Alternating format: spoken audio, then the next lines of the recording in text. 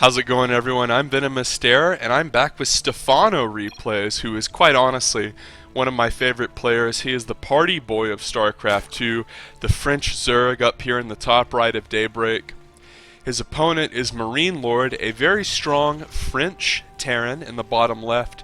He has good micro, and oftentimes the games I watch of his, he often plays a very aggressive style with lots of drops. And Stephano here is speaking in French. I don't speak French. If I have a French fan or someone who speaks French in the comment section, I would really like to know what Stephano said. If you could translate, that would be great. I do speak a bit of Spanish, so if this was like Jim Rising versus Major and they started to converse in their native tongue, I could probably be useful. But not for French. Stephano's going to go hatch first. Standard move there. Now, I like that Stephano is getting to play on Daybreak here. If you're new to StarCraft 2, essentially the way that the ladder works is every few months they release new maps, they get rid of some of the old maps, and that means that there is kind of a rotation. People learn the new ones, people forget about the old ones, but because some maps are considered good, they'll stay in multiple pools, so they don't get replaced. So if a map pool lasts from January to March, a map like Daybreak that was considered really balanced and really good, notice where Stephano's Overlord goes and where it ends up, lasted in the map pool for months and months and months. Now, why is this relevant? Well, Daybreak was played very heavily in StarCraft 2 Wings of Liberty, the vanilla StarCraft 2, the very first version of the game that came out in summer of 2010. And Daybreak was probably the most standard, popular, go-to bread and butter map of the vanilla StarCraft 2 game's existence. And quite honestly, this is the map where if you get into an argument with some bozo in a 2v2 game and you say, oh, you think I'm shit, you want a 1v1, and the other guy accepts, this is the map you go to where they really can't say anything regardless of the matchup, like, oh, this map's Terran favor, that's the only reason you won. No, not really. Daybreak is widely considered to be an extremely balanced bread and butter, kind of, I would almost call it cookie cutter in the way that it's designed. And we see a Reaper come out here for MarineLord. MarineLord, of course, going factory and expand. He might even be going Hellion. Doing some harass here, and in his main standard stuff, like I said, probably just going to swap and go Hellion. He's going Starport. But why is Daybreak a cookie cutter map? Is really for the next couple minutes we're really just going to see some inconsequential stuff, probably a Twilight on the barracks, so this could be Banshee, this could be a Swapperoo as we see Hellions as predicted. Very standard stuff. So the reason I consider this cookie cutter is because the natural is pretty big, but there's not a lot of surface area for like PVT blink all-ins. The natural is relatively easy to defend. There's a place outside the natural for overlords. There's even a little spot behind the natural for overlords. The third is pretty close to the natural, and the choke is really not that big. The fourth, there's one in the middle and one down low. As you see, a little bit of Hellion and Reaper harass, and a Pult Viking on the way. Ooh, weird opening. This is bananas. I really like this. So this upgrade is called Corvid Reactor, and it's basically the Raven energy upgrade. But what this looks like to a Zerg is he's going Banshee. This is basically a deceptive move that MarineLord is doing to intentionally misinform Stephano and make it where Stephano thinks the wrong thing, wastes money on things he doesn't need, and MarineLord gets an advantage. Now we see Stephano, of course, he stopped mining gas so he can make mass drone, and MarineLord is doing a very good job of setting up shop between the third base and the natural of Stephano and killing drones. This is a great move. Stephano is known as a good defensive Zerg, so the fact that MarineLord was able to stifle that much mining and even kill some drones is very valuable. Rock solid, multi-time champions like Stephano very infrequently take unnecessary drone losses. So it's nice to see that MarineLord positions strongly. Lots of Hellions for MarineLord here still out as 5. I mean, that's not really a whole lot, but at the same time, I think 4 or more, you have to be really wary of Zerg, because if you get caught with your queens way out of position off creep, then you could lose a lot of drones. So let's talk about why this Corvid Reactor is interesting. So in order to do that, we have to think about it from Zerg's point of view. So what's happening as Zerg? This map has been played so many times, everyone and their dog knows where the first few OVs are going to go. Like here and here, as you see. I'll explain, but there's just so much action because it's the god tier ZVT. So, TLDR, Zerg has an OV here, Terran knows it. Terran wants Zerg to think he's going Banshee, just like whenever I saw that tech lab and predicted he's going Banshee. That's completely normal for a Zerg player to look and see, oh, okay, a starport with tech lab. Well, obviously in normal ZVT, you're going to want a reactor on your tech lab to double pump liberators or medevacs. So that means that the tech lab is abnormal. So if it's researching something, that almost always means cloak. So it's very interesting to see what MarineLord basically did, as we see Stephano losing some drones, was MarineLord said, okay, I'm going to fake like I'm going Banshee. He'll see that the tech lab is researching something because it will be glowing and whirling away, like we see that stem right there. And see how earlier when the tech lab wasn't doing anything, it was normal, and there's this green thing whenever it's researching. That's how you know if something's researching. Stephano's going to run Lings into the natural here. This is a little bit annoying. Now Stephano's going to kill some SCVs in return for the workers that MarineLord killed. MarineLord, of course, hasn't finished this wall. His macro was very clean, but he's going to say, okay, I don't really like losing workers for free, and he's going to do what I do, which is preemptively finish your wall before you actually need the supply.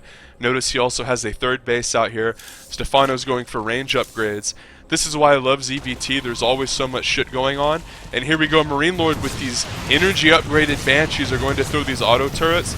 Now, if you're not familiar with these auto turrets, they do an absurd amount of damage. I mean, you really don't understand how much these auto turrets do until you play against them. They just eviscerate workers. And Stephano's lost an entire minerals line worth of workers there. He's going to run into the third and trying to claim some workers of his own. So MarineLord pretended like he was going to go Banshee, researched that extremely cheap Raven upgrade that was nice because he was going to make a couple Ravens anyway, but really not that expensive and didn't delay anything. But Stephano doesn't know what he's researching. He just sees that he's researching something, and 99 times out of 100 that means a Banshee. And if you don't make spores versus Banshee, you take severe damage. So what Stephano was forced to do was make a spore. Turns out MarineLord goes for this quirky 2 Banshee harass that, quite honestly, just can easily avoid those spores in the mineral line. And Stephano takes a little bit of damage, but MarineLord is going to try to drop. And this is something I see a lot with MarineLord's play, as he's the kind of player who loves to be aggressive with drops. And these are the most fun players to watch and the kind of players that you should emulate. And quite honestly, the players who can do effective multi-pronged drop harass are the most talented Terran players usually. I find that the Terran players like Maru, I'm not saying MarineLord's as good as Maru, but in my eyes, they kind of play similar styles sometimes versus Zerg. MarineLord's going to do a little bit of harassment there, but be intelligent and run away. A little bit of Raven harass here, and guys, these turrets do so much damage. Look at that! That turret just 1v5 that roach and won. That was crazy. And of course, this is energy-based harass, so it's so easy for MarineLord to just double-click on his 4 hotkey for his Ravens, hold shift, hit T twice, click, and then do a move command away. It's not like a Marine drop where you have to micro the drop, micro away from the Queen, focus the drones, focus the Queen, stem pack, and run away. No, it's harass that you can queue up and then go do something else, but the turrets are so strong that Stephano does have to actually micro on his end. MarineLord's going to press into the center 4th base. Roach composition for Stephano here, and Stephano's going to fight with the best of his ability, and the Roaches are actually pretty damn tanky. Transfuse going down, and that was a prolonged fight. Notice that once the fight continued to drag on and the units from both sides continued to decrease, Stephano was able to land key transfuses on weak Roaches. Stephano is known as a player who has exceptional Roach play. He made a career out of it versus Protoss in 2012 when he won so many major tournaments, crushing Protoss players with a Roach build. In fact, one of the Roach builds that he used was called the 12-minute Roach Max, and that was an extremely popular build for new players to work on the macro with, including myself. MarineLord is continuing to harass with this Pult Viking, And that will be the 6th kill on the Viking. Now that is profoundly irritating, and MarineLord's going to do what excellent Terrans do, which is clear out Ovies with the Pult Viking and then drop. Why is it called the Pult Viking? Well, Pult Prime, the Terran player, the Korean Terran, is famous for making this Viking. And basically the whole purpose of this Viking is to hunt overlords. It's extremely important to note that the fact that MarineLord pretended like he was going Banshee makes the Pult Viking even stronger, because you don't really ever like see them researching Banshee and then them make Viking, because what they'll do usually is make like 2 or 3 Banshees and then just swap away to reactor. Because obviously Tech Lab Starport can only produce 1 at a time. As we see a drop in the natural here and 1 going to the 3rd as 1 goes to the main. But 2 spores are here as well as Roaches for Stephano. And they're going to fight mid-map. So MarineLord is basically trying to do 4 things at once. Drop all 3 bases and then push Stephano, which is a great move. And MarineLord's doing some decent damage here. But he's also being pushed at his main, or his natural rather. And MarineLord's doing some damage. A lot of drones die in the main. Now Stephano defended 2 of the drops. But at this point, tanks are out, so Stephano has to be careful, but boom! Burrowed Roach! Right in the suck hole, completely catching MarineLord off guard. Stephano did a torpedo move, and he's going to clean up the majority of the forces in the main, everything but the Liberator pretty much. As we all know how insanely annoying Liberator harasses to deal with, whether you're Protoss, Terran, or Zerg. And of course, the best way for Zerg to deal with it is Corrosive Bile, because it has to be static, of course, and you can just drop a bunch of them.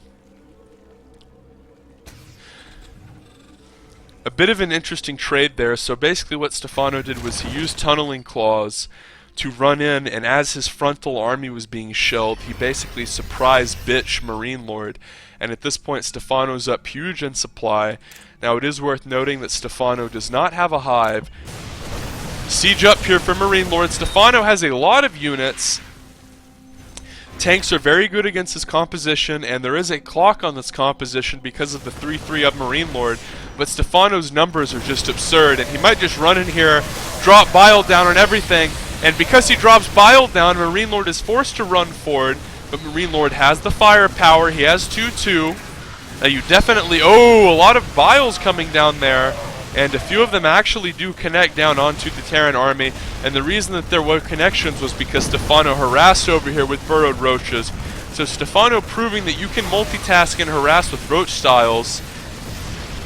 Of course, the criticism with Roach styles is you can't really harass nearly as much as you can with Muta styles, but Stephano showing, well yeah, you just make burrow and do it anyway. Great move by Stephano there.